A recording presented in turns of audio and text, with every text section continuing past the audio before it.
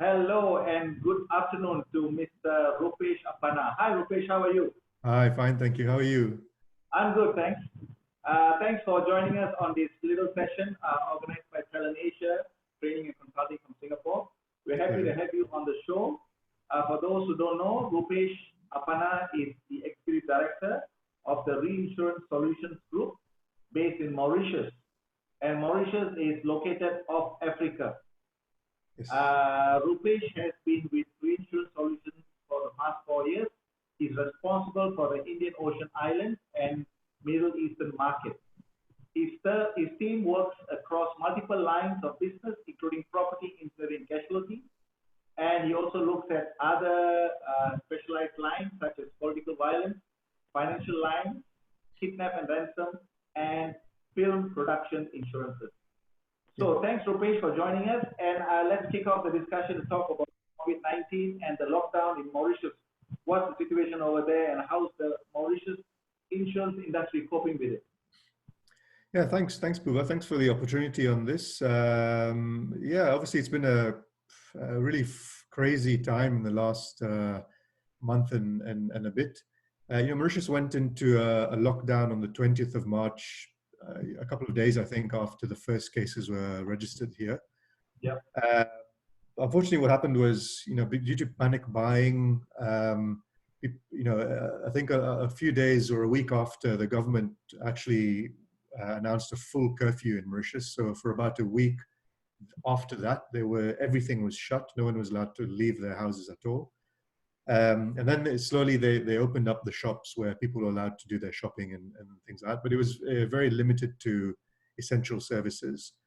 Okay. Obviously, that's had a massive impact on the economy here in Mauritius. We're very dependent on tourism. Obviously, the borders were closed as well, so all of the hotels emptied out. And yeah, as a result, I think there's been a big impact on the economy. They're talking about at least a 7% contraction in GDP for the year. To think about that, the tourism sector in Mauritius represents about 15% of GDP, Okay. and effectively, that's half of the tourism sector wiped out completely. Yeah. Yeah. Um, and the other thing is, obviously, after they closed the borders, the national airline has gone into voluntary administration last week, and they service the main routes in and out of Mauritius.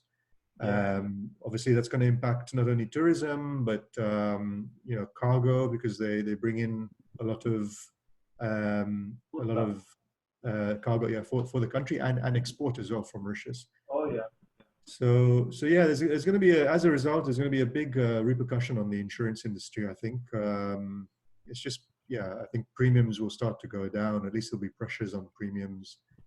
Um, you know, insurance companies here will start to tighten up, and if they have any exposure on COVID, they'll really start to look at that. And yeah, it's going to be an interesting time in the next few months.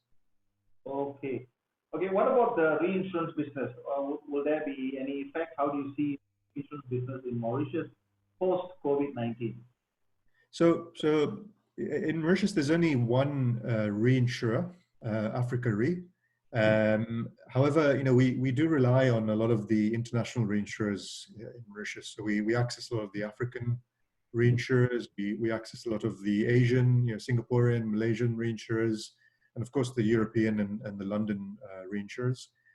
Um, Realistically, I think in terms of the insurance industry in Mauritius, there's not a huge amount of COVID exposure in terms of the losses that they will incur. I think a lot of the insurers don't really offer pandemic coverage on their property policies. Yeah. So hopefully there won't be too much of an impact on the reinsurance in terms of the losses here in Mauritius. Sure. What will happen, of course, will be, as I said, the impact on the economy will force people to try and save costs, and that will, as a result, put pressure on insurance premiums and, of course, reinsurance premiums on top of that. Right. The other interesting thing, of course, is that there's a big hardening of the global reinsurance prices. and in fact the terms as well across the industry. Yeah. I think in the last global financial crisis, when there was a pressure on reinsurance and insurance premiums, there was also a sort of a softening already of the market when there was excess capacity and things. So almost prices went down automatically. Okay. However, now you're looking at, the reinsurers are trying to put prices up because over the last few years they've been losing money because of the hurricanes and other global catastrophes. Yeah. But now, if people are trying to save money, they're trying to decrease the premiums. It'll be interesting where they meet in the end. I think what will end up happening is just terms and conditions will get narrowed at the end of the day. Coverage will narrow. Okay. What about changes in terms of coverage or the terms of the insurance wordings itself? Do you think there will be some changes? Yeah, absolutely. So from what I understand, the biggest lines of business that have had impact are the contingency lines. So cancellation of events. I was actually in London about 2 weeks before the lockdown here in Mauritius.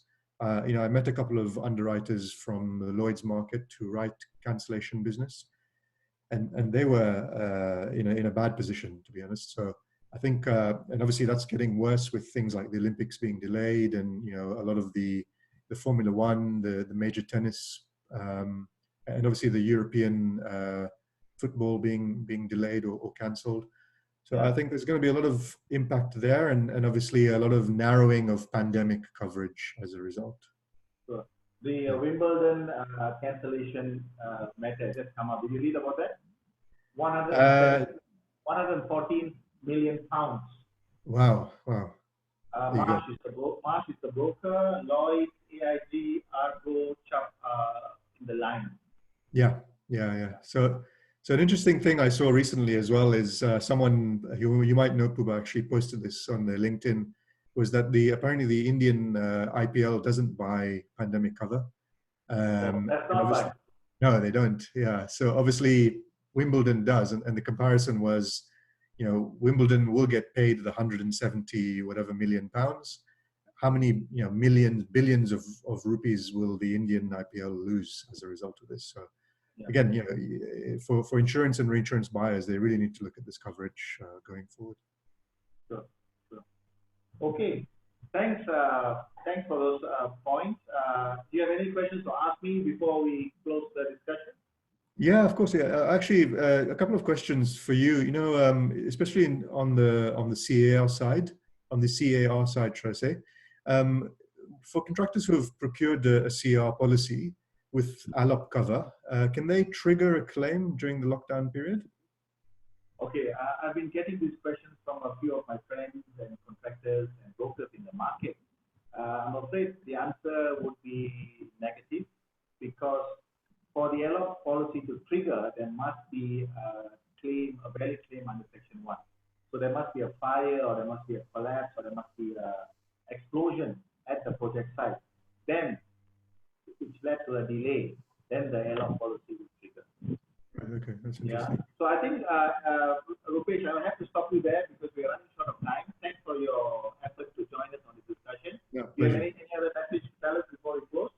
No, thank you very much for the time. Everyone keep safe. Let's hope we get through this together very quickly, and we can meet face to face the next time, hopefully.